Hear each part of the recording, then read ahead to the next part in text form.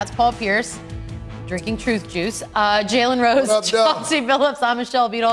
We have a shocking turn of events out in the Western Conference Finals. I don't know if he's going to tell the truth. Yeah, I don't know. Last night, the champs are on the ropes. Brian with the homie. We got a superstar out for Game 6. We'll have a lot more on that later on. But first, the reigning champs of the East have a do-or-die game of their own. Let's take a look at tonight's storyline, brought to you by Mitsubishi Motors. LeBron and the Cavs facing elimination at home tonight in Game 6.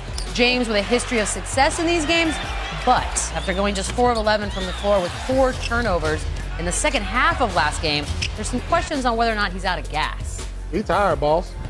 Just saw him clutched over a few times early on in the game and throughout the course of the game. You see him tired, and I try to get him out early enough in that third quarter, so we bring him back in the fourth quarter, but he just wasn't ready yet. So it happens.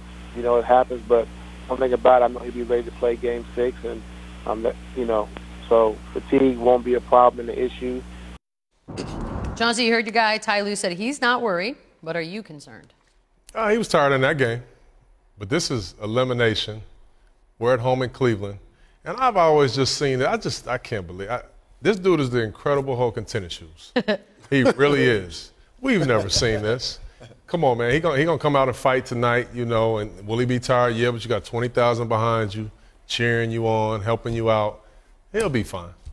There's something to be said about the greatness of these players, the guys who are great in our league, who've gone on to achieve great heights, such as LeBron James. When they get put in these situations, tired or no tired, they find a way. Mm-hmm. And when we argue that LeBron is one of the 2 or 3 best players to ever play this game, they know how to put themselves in a place mentally to overcome that tiredness. They say, listen, they will themselves in games like this, and you got to expect him to take himself to that place and find a way to get his team a win.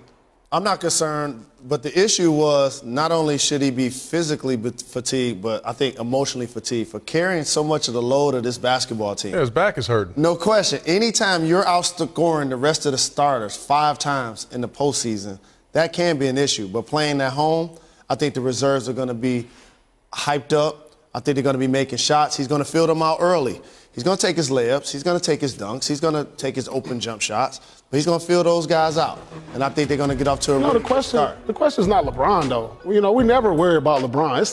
It's a supporting cast.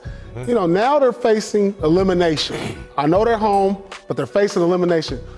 Even more pressure now. So are they going to come to play or not? I just don't know. I just don't know. I'll have no questions about LeBron if he'll show up, but they're facing elimination. There's more pressure on the line. I know they're at home, but I know about the home thing, the role players, right? But what is more motivational right now for the role players? That they are at home, or just pride and that your leader has been so good? Pride. This is the playoffs. You got your family in town. You got your grandparents and everybody. Who you talking about, Chad? Listen, I'm talking about the entire Cavs team. I haven't seen pride in none of those players all series long. But we haven't seen that, though. Paul. They're facing elimination, right? But they're not facing the team that beat them the other day. This is the Celtics on the road. And we know that's a different ball club. Without a doubt. They see an opportunity right here, though. I truly believe they didn't believe it. I don't think they really believe that they can get to the finals before the playoffs start. But now they're saying, we're 1 game away. They believe. They believe they can get to the finals. They smell it. They feel it. Right now, I think, you is that truth juice or is that bias? Is that bias juice? Correct. Truth juice. We got the truth juice. The reason why we got these on our mugs tonight, we're going to discount anything Paul Pierce has to say about the Boston. Sabotage the set. That is why we're here. But I think they feel it. And people say, Paul, you're biased, you're a Celtic. But my honest opinion, when you look out there and you watch, the Celtics are a better team, clearly. I know Cleveland has LeBron James, and sometimes that's enough.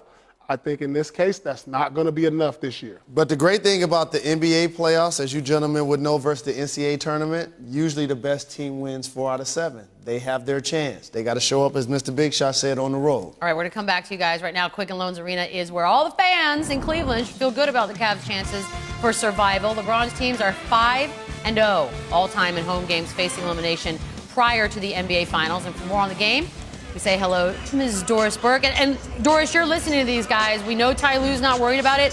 What are you thinking about LeBron and his fatigue the other night?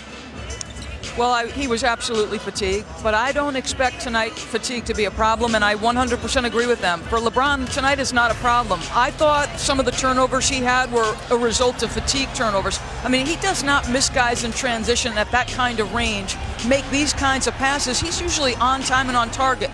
But to Jalen's point about the mental fatigue, this to me, when guys are shooting 6 to 20, when he's putting the ball in their shooting pocket, I do wonder, does that take a toll on LeBron? There's physical fatigue and mental, and I think part of that was his teammates.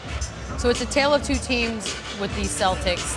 Paul is very secure that tonight's the night they figure out how to squash this roadblock that they're on right now. How do they do that tonight? Well, it's interesting because the footage I'm going to show you, Michelle, is something both coaches just referenced in our coaches' meetings. Boston has been exceptional at home getting into transition, and the way they do that is cross-matching. So we know this. Defensively, they do a ton of switching, right? So the matchups become different.